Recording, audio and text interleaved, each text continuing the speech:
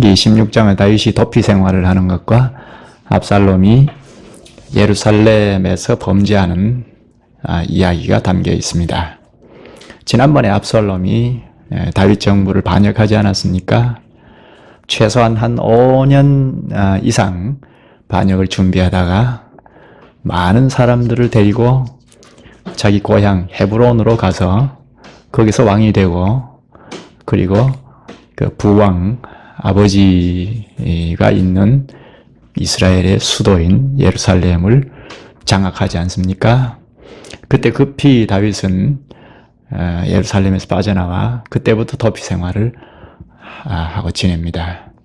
오늘은 다윗이 도피 생활을 하는 중에 만난 이야기들, 그리고 그 관심을 다시 예루살렘으로 돌려서 압살롬이 예루살렘에서 행한 범죄 이야기 같이 놓고 이야기하고 있습니다. 이게 오래전에 우리 선진들이 국가교회를 이루면서 일어난 이야기를 말하고 있는데, 우리가 단지 역사의 사실을 배우고 공부하는 정도의 의미가 아니고, 하나님께서 과거의 선진들이 교회를 어떻게 이루었는지를 오늘 우리가 이루는 교회 현실에서 우리에게 가르치고자 하는 것이 있습니다. 그러니까 하나님의 말씀이죠. 살아있는 하나님의 말씀이죠. 과거의 역사를 배우고 끝나는 것이 아닙니다. 지적 충족을 시키고 즐거워하는 것이 아닙니다. 과거의 이야기인데 하나님께서 왜 들추어내어서 오늘 우리에게도 말씀하시는가? 그것이 하나님의 말씀으로 우리에게 하고자 하시는 말씀이 있기 때문입니다. 16장의 내용을 좀 보겠습니다. 1절부터 보면 다윗이 망명 길에서 도피 생활하는 그 길에서 시바를 만납니다. 1절에 다윗이 마루턱을 조금 지나니 무이보셋의 사원 시바가 안장 지운 두 나귀의 떡 200과 건포도 100송이와 여름실과 100과 포도주 한 가죽 부대를 싣고 다윗을 만난지라. 시바는 여러분 잘 아시죠? 여기도 얘기하는데 무비보셋의 종이라고. 여기 무비보셋의 사환 시바가 했죠. 앞에 9장을 보면서 우리가 배웠는데요. 다윗이 좀 안정을 찾고 국가가 평안을 찾았을 때에 사울가에 남아있는 식구들을 찾았죠. 그래서 무비보셋을 찾아서 그 후대했죠. 왕자같이 왕의 상에서 같이 먹도록 그 왕자같이 대우를 했죠. 지금까지 그런 대우를 받고 있는데요. 그때 이 시바도 원래는 사울의 종이었는데, 사울이 요나단과 함께 블레셋 전쟁에서 죽고 난 이후에 도피 생활을 하는 중에 숨어서 지냈는데, 이 무비보셋을 후대하면서 시바도 거기에 딸린 종들과 함께 무비보셋의 종으로 후대를 했죠. 그런 아름다운 이야기가 9장에서 우리가 배웠는데요. 그런 시바가 지금 다윗을 찾아왔습니다. 다윗이 마루턱을 조금 지나니 무비보셋의 사환 시바가 왔다고 하는데요. 마루턱은 감람산 꼭대기를 말합니다. 감람산 꼭대기를 조금 지날 때 무비보셋의 종 시바가 먹을 것을 잔뜩 싣고 왔습니다. 2절에 다윗이 무슨 뜻으로 이렇게 이것을 가져왔느냐 하니까, 나귀는 왕의 권속들로 타게 하고 떡과 실과는 소년들로 먹게 하고 포도주는 들에서 건배한 자들로 마시게 하리 함이니이다. 이렇게 말합니다. 한마디로 다윗을 위로하고자 이렇게 왔다는 이야기죠. 다윗과 다윗의 일행을 위로하고자 이렇게 왔다고 합니다. 이 말을 얼른 들으면 먹을 것 잔뜩 싸가지고 왔죠. 그러니까 얼른 들으면 다윗에게 큰 위로가 될 일이죠. 그런데 그 의도가 무엇인지 우리 항상 생각을 해야죠. 나에게 따뜻하게 접근해 오는 사람들에게 우리가 마음을 쉽게 열 수가 있는데, 그래서 내 편이다 하고 생각하기가 쉬운데, 그 의도를 잘 캐치해야죠. 믿는 우리는 특히 그렇습니다. 나에게 따뜻하게 접근해 오는 사람이 마귀일 수도 있어요. 마귀의 그릇 노릇을 할 수도 있습니다. 이 시바가 어떤 의도로 이렇게 다가오는가? 뭐 의심의 여지가 없을 수 있습니다만, 그러나 3절에 보면 이 사환이 하는 일이 순수하지 않은 것을 금방 알 수가 있습니다. 보시죠. 왕이 가로되 내 주인의 아들이 어디 있느냐? 예, 다윗이 묻죠. 무비보셋이죠. 무비보셋이 어디 있느냐? 하고 묻자 시바가 왕께 고하되 예루살렘에 있는데 저가 말하기를 이스라엘 족속이 오늘 내 아비의 나라를 내게 돌리리라 하나이다. 무비보셋이 지금 예루살렘에 있다고 하죠. 예루살렘에 지금 누가 있습니까? 압살롬이 장악에 있죠. 그러니까 다윗은 지금 심정이 상합니다. 이 말을 들을 때. 그런데 더욱이 이 무비보셋이 이스라엘 족속이 오늘 내 아비의 나라를 내게 돌리리라 한다고 이야기합니다. 이 말은 무비보셋이 지금 아비의 나라를 내게 돌리리라. 그러니까 무비보셋이 왕되려고 한다는 이야기죠. 네, 쉽게 말하면 무비보셋이 지금 압살롬과 함께 있는데 자기가 왕이 되려고 한다는 것입니다. 그러니까 다윗이 심정이 뒤틀리지 않을 수 없죠. 그런데 이 말을 잘 냉정하게 생각을 해보면 시바의 이 말이 정직한 말이 아니죠. 무비보셋은 지금까지 한 번도 왕이 되고자 한 적이 없습니다. 그 쩔뚝발이인 것을 우리가 잘 알죠. 양다리가 아주 심하게 다쳐서 걸음걸이가 온전치 않습니다. 당시에는 왕이 되려면 왕은 전장에도 나가서 전쟁도 해야 하고 말을 타고 이렇게 씩씩하게 전투해야 하는 그런 일도 있는데, 그러니까 왕으로서는 결격 사유가 있습니다. 그것을 무비보셋도 잘 알기 때문에 왕 되고자 한 적이 없습니다. 그런데 지금 시바가 우리 주인이 왕이 되고자 한다고 이야기하죠. 그러니까 조금만 생각하면 이 시바가 하는 말이 거짓인 것을 금방 알 수가 있는데요. 그런데 문제는 다윗이 이것을 분별하지 못합니다. 4절에 보십시다. 왕이 시바더러 이르되 무비보셋에게 있는 것이 다 내 것이라 내 것이니라. 시바가 가로되 내가 절하나이다. 내 주 왕이여 나라 왕의 앞에서 은혜를 입게 하옵소서 아니라.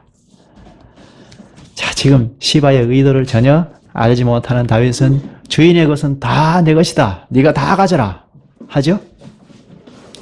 지금 다윗이 왜 이럴까 생각할 여지가 있잖아요. 왜 이렇게 쉽게 시바의 말에 현혹이 되어서 주인 무비보셋에게 후대한 그 모든 재산들을 네가 다 가져라 했을까? 의구심이 들죠.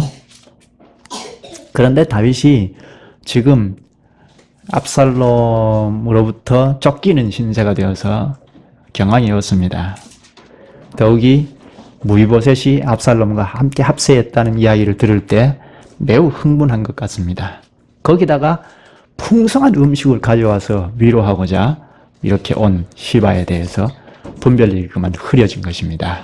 사람이 이렇게 약합니다. 얼른 누가 가까이 와서 이렇게 하면 내 편인 줄 알고 모든 걸 다 쏟아놓는 그런 경우가 있습니다. 그래서 이 시바의 음모에 넘어가서 주인의 건 네가 다 가져라 한 것입니다. 물론 이것이 나중에 다 들통이 나는데요.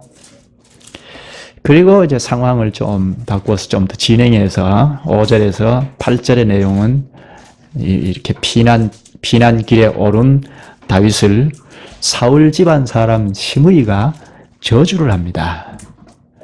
이것도 우리가 생각할 점인데요. 5절 한번 볼까요? 다윗 왕이 바후림의 이름에 거기서 사울의 집 족속 하나가 나오니 게라의 아들이요 이름은 시므이라. 저가 나오면서 연하여 저주하고 연거푸 저주한다는 이야기입니다. 여기 바후림은 요단강으로 내려가는 길목의 마을입니다. 이 예루살렘에서 급히 빠져나와서 감람산을 올라 지나서 지금 요단강으로 내려가는 그 길목 동네 바후림에 이르는 것입니다. 거기에 다다르자 사울 집안 사람 시므이가 다윗을 막 저주합니다. 6절에는 돌을 던지면서 저주를 하고 7절에는 피를 흘린 자여 비루한 자여 가거라 하면서 저주합니다. 여기 비루한 자라는 것은 파괴를 일삼는 놈이라는 말입니다. 그러니까 형편없는 놈이라는 말입니다. 나쁜 놈이라는 말이죠. 다윗 왕을 향해서 지금 주 나쁜 놈이라고 하면서 막 저주를 합니다. 엄청난 저주이죠. 8절에 보면 사울의 족속의 모든 피를 여호와께서 내게로 돌리셨도다. 여호와의 저주가 너에게 임한다는 얘기인데요. 그 대신에 내가 왕이 되었으나 여호와께서 나라를 내 아들 압살롬의 손에 붙이셨도다. 보라, 너는 피를 흘린 자인고로 화를 자취하였느니라. 여기 사울의 족속의 모든 피를 여호와께서 내게로 돌리셨도다 한 것을 보면 사울의 아들 그나마 남아있던 이스보셋의 죽음이 다윗의 손에 의해서 죽은 것으로 생각하는 것 같습니다. 아브넬 장군도 역시 마찬가지인데요. 사울을 다윗의 손에 의해서 죽었다고 생각하기는 좀 어렵고, 사울은 블레셋과 전쟁하면서 아들 요나단과 함께 전사하지 않았습니까? 이건 공식적으로 다 아는 이야기니까 사울이 죽고 요나단이 죽은 것이 다윗 때문이라고 생각하지는 않은 것 같고, 이렇게 사울 집안을 네가 망하게 한다 하는 이야기는 아마 그나마 남아있던 이스보셋의 죽음이 다윗의 손에 의해서 죽은 것으로 생각하는 것 같습니다. 그리고 아브넬 장군도 마찬가지고요. 그래서 여기 사울의 족속의 모든 피를 여호와께서 내게로 돌리셨도다 합니다. 여호와의 저주를 받는다는 이야기입니다. 그 베냐민 지파의 쇠퇴와 사울 왕가가 베냐민 지파에 속하지 않았습니까? 베냐민 지파의 그 쇠퇴와 사울 왕가의 몰락의 책임이 바로 다윗 너에게 있다 하면서 돌을 던지고 흙을 막 퍼부으면서 저주를 합니다. 근데 이게 시므이가 굉장히 오해한 일이죠. 이스보셋이 어떻게 죽었습니까? 우리가 앞에서 생각했죠. 이스보셋은 두 형제에게 침상에서 살해당했지 않습니까? 바나와 레갑이라는 두 형제에게 살해를 당했는데 앞에 4장을 배울 때 공부를 했죠. 그리고 압살롬은 다윗 모르게 감쪽같이 요압이 압살롬을 불러서 헤브론에서 살해하지 않았습니까? 그러니까 다윗과는 전혀 상관이 없죠. 직접적인 상관이 없습니다. 오히려 다윗은 그나마 사울 왕가에 남아있던 숨어있던 무비보셋을 찾아가지고 후대하지 않았습니까? 왕자같이 지금까지도 대우하고 있습니다. 그러니까 다윗을 이렇게 몰아세울 일이 아니죠. 오해해도 잔뜩 오해한 것입니다. 나중에 압살롬의 반란이 수습이 되자 시므이가 다윗 왕을 찾아가서 자기의 망령된 행실을 회개하고 용서를 구하고, 그리고 다윗이 용서를 해주기도 했습니다만, 그러나 결국 솔로몬 왕 때에 왕명을 거역하여 참수형을 당하고 맙니다. 이걸 보면 시므이가 아주 경솔하고 착각도 잘하고 그냥 거칠게 그 왕을 욕한다는 건 욕하는 정도가 아니죠. 뭐 하고 싶은 얘기를 다 해버린다는 건 아주 하나님의 권위를 전혀 생각하지 못하는 행위이지 않습니까? 그런 일로 말미암아 결국은 죽음에 이르렀습니다. 이렇게 극단적인 행동을 하는, 저주를 막 퍼붓는 시므이를 본 그 다윗의 신하 아비새가 왕에게 말합니다. 이 아비새는 요압의 동생입니다. 요압이 아브넬을 죽였다고 했죠. 근데 여기 아비새도 만만치 않은 사람입니다. 사람을 죽이는 걸 아주 쉽게 하는 그 형제인데요. 여기 9절에 보면 수리아의 아들 아비새가 왕께 여짜오되 이 죽은 개가 어찌 내 주 왕을 저주하리까? 청컨대 나로 건너가서 저의 머리를 베게 하소서. 당장 허락해달라고, 당장 쫓아가서 저 머리를 베버리겠다고. 시므이가 왕을 욕하는 걸 보고 흥분해서 지금 이야기를 하고 있습니다. 죽은 개라고 하면서 그 왕 앞에 어떻게 나쁜 놈이라고 하고 저주를 막 퍼부을 수 있는가 하고, 당장 내가 목을 쳐서 오겠다고 그렇게 시므이가 이야기합니다. 아비새가 10절에는 다윗 왕이 아니다, 이건 내 일인데 너희가 왜 나서느냐 하고 만류를 합니다. 11절에는 하나님께서 저주하라고 하셨으니 시므이가 저주하게 버려두라고 합니다. 11절에 보면 또 아비새와 모든 신복에게 이르되 내 몸에서 난 아들도 내 생명을 해하려 하거든 하물며 이 베냐민 사람이랴. 여호와께서 저에게 명하신 것이니 저로 저주하게 버려두라. 다윗은 흥분한 아비새에게 내 자식도 나를 죽이려고 하는데 하물며 사울 집안 사람이 나를 욕하는 것이 무슨 문제가 있겠느냐 합니다. 여기 여호와께서 저에게 명하신 것이니 저로 저주하게 버려두라 하죠. 여러분, 다윗이 보통은 아니죠. 신앙이 돈독한 것을 이런 데서 찾아볼 수 있습니다. 비록 그가 큰 범죄를 하고 징계 중에 있지만 끝까지 주님을 의지하는 모습을 볼 수 있죠. 왕의 명예고 하나님이 왕으로 세운 것이 무슨 의미가 있느냐, 무엇이고 덮어놓고 막 저주를 퍼붓는 그 시므이를 향해서 그냥 두라고, 저것이 하나님으로 말미암아 하나님께서 저주하라고 한 것이니까 그냥 두라 한 다윗은 보통이 아니죠. 12절에 혹시 여호와께서 나의 원통함을 감찰하시리니 오늘날 그 저주 까닭에 선으로 내게 갚아주시리라 하고, 철저히 하나님을 의지하는 사람이죠. 하나님께서 시므이 저주 대신에 나에게 선한 것을 줄 줄 어떻게 아느냐, 그렇게 말하죠. 절대 주권을 믿는 신자입니다. 13절에 다윗과 그 종자들이 길을 갈 때에 시므이는 산비탈로 따라가면서 저주하고 저를 향하여 돌을 던지며 뒷걸을 날리더라. 시므이는 중단하지 않습니다. 계속 따라가면서 다윗을 저주합니다. 돌을 던지고 흙을 막 퍼부으면서 저주를 합니다. 그러나 다윗은 아무런 맞대응을 하지 않습니다. 왜 다윗이라고 속이 없겠습니까? 화가 나지 않겠습니까? 하나님의 말씀에 비춰보면 당장 죽여도 될 일입니다. 왜 율법을 잘 아는 다윗이지 않습니까? 왜 정당방위를 하지 않겠어요? 할 말이 많겠죠? 그러나 전혀 맞대응하지 않습니다. 이것이 하나님의 징계다 생각하고 묵묵히 몽진의 길을 갑니다. 그리고 또 상황이 좀 바뀌어서 15절에서 19절은 예루살렘으로 입성하는 압살롬에게 후세가 속임수로 투항을 하는 내용입니다. 그동안 모든 초점이 도피하는 다윗에게 쏠려 있었는데요. 이제는 그 초점을 좀 환기를 해서 예루살렘으로 우리의 시선을 이끕니다. 예루살렘에 입성한 압살롬을 모든 인파들이 환영을 하고 거기에 후세가 끼어서 속임수로 압살롬이 왕이 되어야 한다 하고 지지를 보냅니다. 15절부터 쭉 읽어보죠. 압살롬과 모든 이스라엘 백성들이 예루살렘에 이르고 아히도벨도 저와 함께 이른지라. 압살롬의 작전 참모 아히도벨과 함께 승자의 모습으로 예루살렘에 입성을 하죠.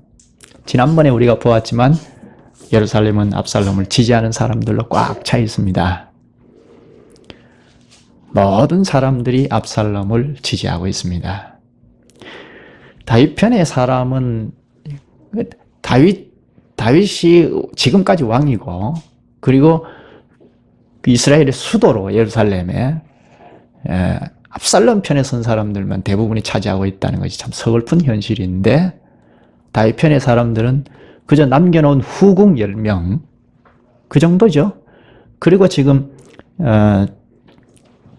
그 되돌려보낸 다윗과 함께 하고자 하는 되돌려보낸 아비아달과 사독 제사장, 그래서 그들이 이제 예루살렘에 들어갔죠.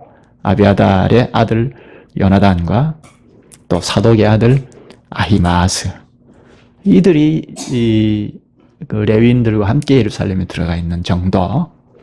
그리고 후세, 그러니까 숫자로 얼른 계산해봐도 한 15명 정도의 레위인들 뿐이지 않습니까? 물론 겉으로 표현을 하지 않지만 속으로 다윗 편에 속한 사람들이 꽤 있을 겁니다. 그러나 그 분위기는 모두가 압살롬을 위해 왕이다. 만세, 만세 하면서 지지하는 그런 분위기입니다. 축제 분위기입니다. 16절을 볼까요? 다윗의 친구 아렉 사람 후세가 압살롬에게 나올 때 저에게 말하기를 왕이여 만세, 왕이여 만세 하니, 이 후세도 다윗으로부터 작전명을 받고 지금 예루살렘에 도착했지 않습니까? 그런데 압살롬이 이렇게 왕으로 등극하고 모든 백성들이 왕이여 만세, 왕이여 만세 하니까 후세도 거기에 합세하는 듯 하죠. 17절 압살롬이 후세에게 이르되 이것이 네가 친구를 후대하는 것이냐? 내가 어찌하여 내 친구와 함께 가지 아니하였느냐? 압살롬은 당연히 후세가 당연히 다윗과 함께 할 줄 알았는데 지금 여기에서 왕이여 만세하고 자기를 지지하는 듯 보입니다. 그러니까 어떻게 네 친구와 함께 하지 아니하였느냐? 다윗과 함께 하지 아니하였느냐? 하고 이야기합니다. 의심을 할 수밖에 없는 압살롬에게 18절에 보면 후세가 압살롬에게 이르되 그렇지 아니하니이다. 내가 여호와와 이 백성 모든 이스라엘의 택한 자에게 속하여 그와 함께 거할 것이니이다. 후세가 압살롬의 의심의 질문에 애매하게 답을 합니다. 여기 잘 보면 애매한 답이에요. 내가 여호와와 이 백성 모든 이스라엘의 택한 자에게 속하여 그와 함께 거할 것이니이다. 이 말은 여호와께서 세우신 분에게 충성을 다하겠다는 이야기입니다. 후세의 이 말은 속 의도는 어디에 있을까요? 여호와께서 세우신 분께 충성한다는 것은 다윗에게 충성한다는 이야기죠. 지금 몸은 비록 압살롬 앞에 와 있지만 다윗에게 충성하겠다는 뜻으로 이야기한 것입니다. 그런데 이 이야기를 그 말만 딱 보고 지금 현재 자기 앞에 있으니까 압살롬은 자기를 지지하는 걸로 착각하고 있습니다. 그런데 19절에 보면 또 내가 이제 누구를 섬기리까? 그 아들이 아니니까 내가 전에 왕의 아버지를 섬긴 것 같이 왕을 섬기리이다 하니라. 이 말을 듣던 압살롬은 더 이상 후세를 의심하지 않습니다. 이 내용을 얼른 보면 물론 압살롬을 지지하는 것처럼 보입니다. 근데 이 말을 뜯어놓고 보면 그렇지 않습니다. 지금 왕은 다윗이지 않습니까? 다윗이 아직 죽지 않았습니다. 아버지 왕인 다윗이 무대 뒤로 물러난 이후라면 내가 그 왕의 아들을 섬기겠다 하는 이야기가 압살롬을 섬기겠다는 이야기가 되는데 지금 왕으로 보조시 살고 있고 뒤로 물러나지 않았지 않습니까? 그러니까 후세의 이 말도 뜯어놓고 보면 압살롬을 지지한다는 얘기가 아닙니다. 그런데 이 말을 얼른 생각한 압살롬은 이제는 더 이상 의심의 여지가 없다 하고 후세를 받아들입니다. 그래서 조그마한 의심도 하지 않게 되었습니다. 그리고 20절에서 23절 여기는 아히도벨의 모략으로 압살롬이 죄를 범하는 내용입니다. 20절 보시죠. 압살롬이 아히도벨에게 이르되 너는 어떻게 행할 모략을 우리에게 가르치라. 여기 모략은 계략, 책략인데 압살롬이 아히도벨에게 지혜를 얻고자 이렇게 자문을 구합니다. 좋은 계획이 뭐 없느냐 하고 물었는데 아히도벨은 서슴지 않고 왕답게 행하시오. 21절에 보면 왕처럼 행하시오 하면서 다윗이 두고 간 후궁들을 범하도록 조언을 합니다. 이 아히도벨의 조언은 후궁들을 범하도록 한 이 조언은 압살롬이 후궁을 범하게 되면 이제 다윗과는 영영 원수지간이 됩니다. 다윗과 화해할 길이 생기지 않죠. 이렇게 되면 다윗을 지지한 아히멜렉 아히도벨 자신은 물론이고 압살롬을 지지했던 아히도벨 자신은 물론이고 그리고 다른 압살롬을 지지하는 사람들도 안도의 한숨을 내쉬고 있을 거 아닙니까? 만에 하나라도 이 압살롬과 다윗이 화해를 할 경우에 만에 하나지만 화해할 경우에는 아히도벨은 목숨 부지하기 어렵습니다. 그렇죠? 압살롬을 지지했던 사람들은 다 위태합니다. 그러니까 아히도벨의 이 악한 이 조언은 실천에 옮기기만 하면 그 모략이 성공할 수 있죠. 여기 후궁들과 동침한다는 것은 고대 근동의 풍습입니다. 쿠데타를 일으켜서 그 쿠데타를 일으킨 그 새 왕이 전의 왕 후궁들과 동침을 하게 되면 새 왕이 정권을 잡았다는 것을 확실히 하는 것입니다. 그러니까 이 조언은 주변 국가들이 행했던 풍습이니까 이스라엘도 할만하다고 할 수 있는데 이스라엘은 하나님 나라라고 생각하면 있을 수 없는 일이죠. 율법에도 아버지 아내와 동침하는 자는 죽여야 한다고 합니다. 레위기 20장 11절에 누구든지 그 계모와 동침하는 자는 그 아비의 하체를 범하였은즉 둘 다 반드시 죽일지니 그 피가 자기에게로 돌아가리라. 이 아히도벨의 조언대로 한다면 압살롬의 앞날은 불보듯 뻔합니다. 이스라엘의 통치자가 율법을 범한다면 왕의 자격이 없는 거죠. 왕될 자격을 상실하는 것입니다. 인간의 지혜는 이렇게 어리석습니다. 하나님께서 심판하실 수밖에 없는 궁지로 몰아넣는 것입니다. 다윗의 패위를 명확히 함과 동시에 압살롬의 왕권을 완전히 붙이기 위한 작전이지만 결국은 하나님의 진노를 더 쌓는 일이 됩니다. 인간의 지혜는 이렇습니다. 지혜를 짜내도 결국은 하나님의 진노를 쌓아가는 일밖에 안 됩니다.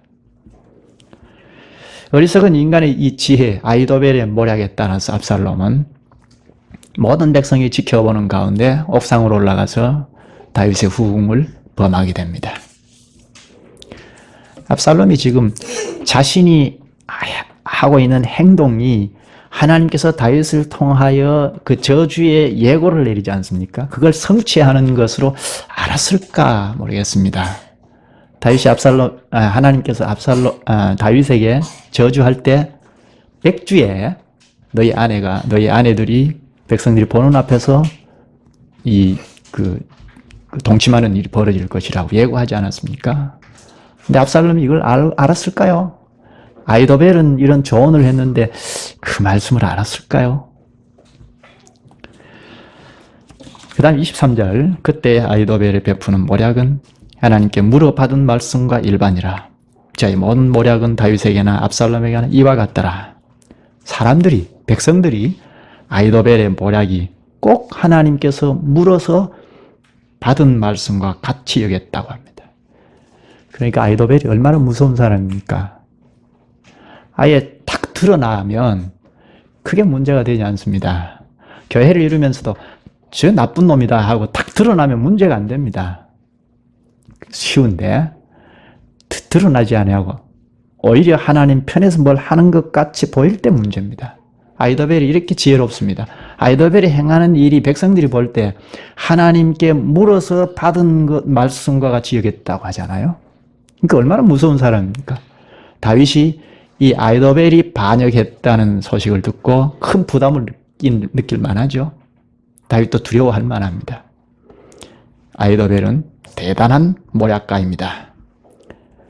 앞으로 다윗의 생존은 이 아히도벨의 계략을 어떻게 물리치느냐에 달려 있습니다. 이 아히도벨을 맞상대하려고 후세를 예루살렘으로 돌려보냈는데 후세가 과연 이 아히도벨의 적수가 될 것인가? 이것도 다윗 왕국이 부지할 수 있는가 하는 것이 관건입니다. 다음 17장에서 또 볼 수 있는데요. 좀 읽고 오시기 바랍니다. 여기 16장에서 지금까지 충성스럽고 헌신적인 사람과는 대조적으로 악인들의 활동을 좀 볼 수 있었죠. 여기 악인들이라고 하는 것은 우리가 성경에서 나타난 일들 중에 악인인지 아닌지를 구분하는 방법은 이들이 하나님 편에서 뭘 하는가, 하나님이 이들을 지지하시는가, 그것을 보면 금방 가름을 탈 수 있죠.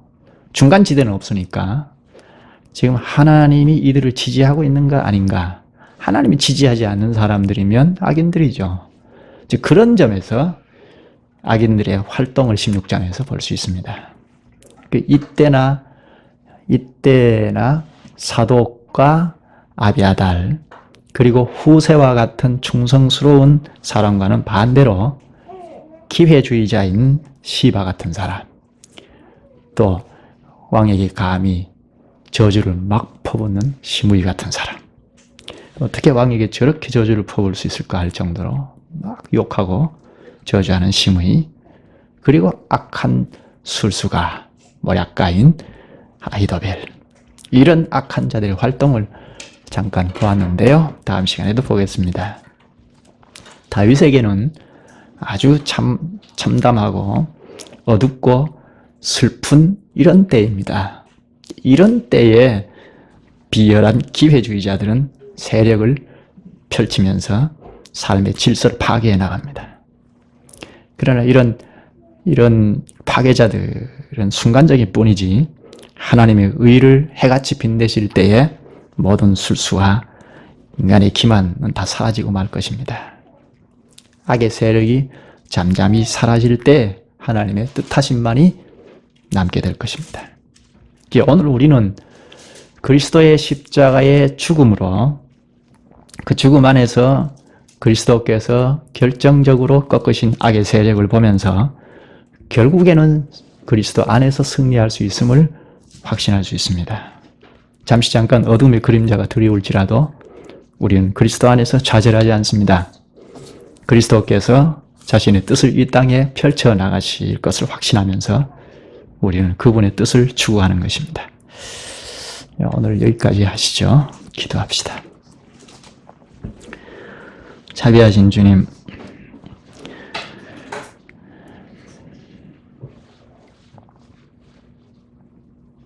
저희 선진들이 이루는 국가교회 안에 악의 세력들은 다윗 왕의 어려운 상황을 틈타 그 어둡고 암담하고 괴로운 시대에 비열한 기회주의자의 본색을 여지없이 드러내는 것을 보면서 오늘 저희가 상고하게 되는 것은 오늘 역시도 다르지 않구나 하는 것이 없나이다.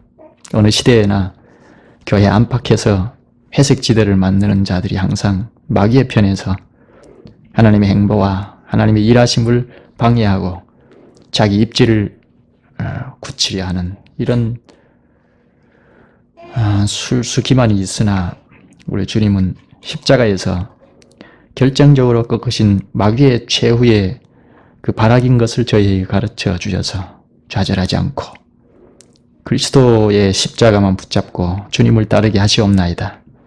주님, 저희는 심히 연약하기에 분별력도 떨어지고 이게 마귀의 유혹에 의한 것인지 주님께서 이끄시는 일인지 그것조차도 분별하기가 참 어려운 어리석은 존재이나 늘 주님을 의지하오니 저희에게 명철을 주셔서 악의 세력을 분별할 수 있게 하여 주시고 또한 물리칠 수 있는 믿음과 힘을 주셔서 언제나 그리스도의 지체답게 바르게 서게 하여 주시옵소서. 우리에게도 악은 모양도 내지 않게 하여 주시기를 원하옵나이다. 오늘도 복 주시고자 이렇게 불러주셨사오니